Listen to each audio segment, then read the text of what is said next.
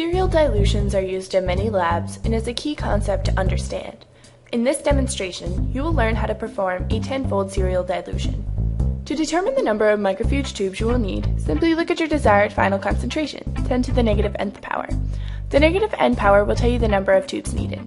For instance, here we have a desired concentration of 10 to the negative fifth of stock solution. Therefore, we need 5 tubes to create this dilution. To create this dilution, we start with a P1000 pipette and set it to 900 microliters using the dial as shown. Attach a tip to the end of the pipetter and make sure to close the box to prevent the other tips from being contaminated.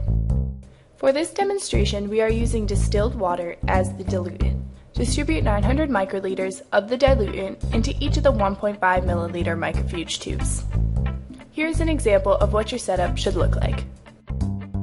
Eject the tip used for the diluent into the biohazard disposal unit on the lab bench. Put away the P1000 and grab your P200 pipette.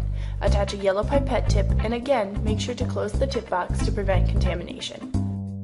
Now set the P200 to 100 microliters and pipette 100 microliters of the stock solution, which in this case is food dye, into the first microfuge tube.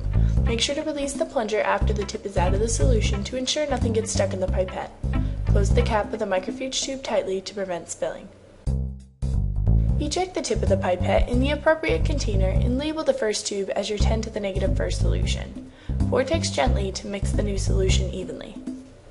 Replace the tube in its original spot, open the cap, and repeat this process by attaching a new tip and pipetting 100 microliters of the 10 to the negative first solution you just created into the next microfuge tube.